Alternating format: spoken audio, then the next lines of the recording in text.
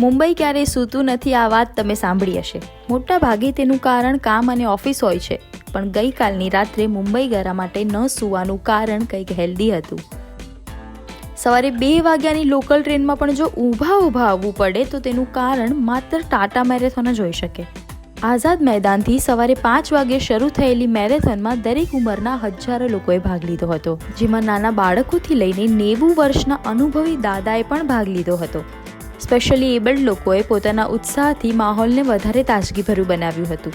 તેમનો આત્મવિશ્વાસ અને તેમના ચહેરા પરનું સ્મિત તમારો ઉત્સાહ અને મોટિવેશન બંને વધારતું હતું. અલગ અલગ થીમના કપડાં અને હોલ્ડિંગ્સ પહેરીને લોકોએ પોતાની તરફ ધ્યાન ખેંચ્યું હતું. ટ્રાફિક અને હોર્નના અવાજથી ગુંજતી માયાનગરીમાં આજે દોડવીરોનો ઉત્સાહ વધારવા લોકોએ પુણેરી ઢોલ, નગારા, ડીજે અને અલગ અલગ પ્રકારના સંગીતથી તેમનું સ્વાગત પણ કર્યું હતું. તમે આ મેરેથોનમાં જોડાયા હતા કે નહીં?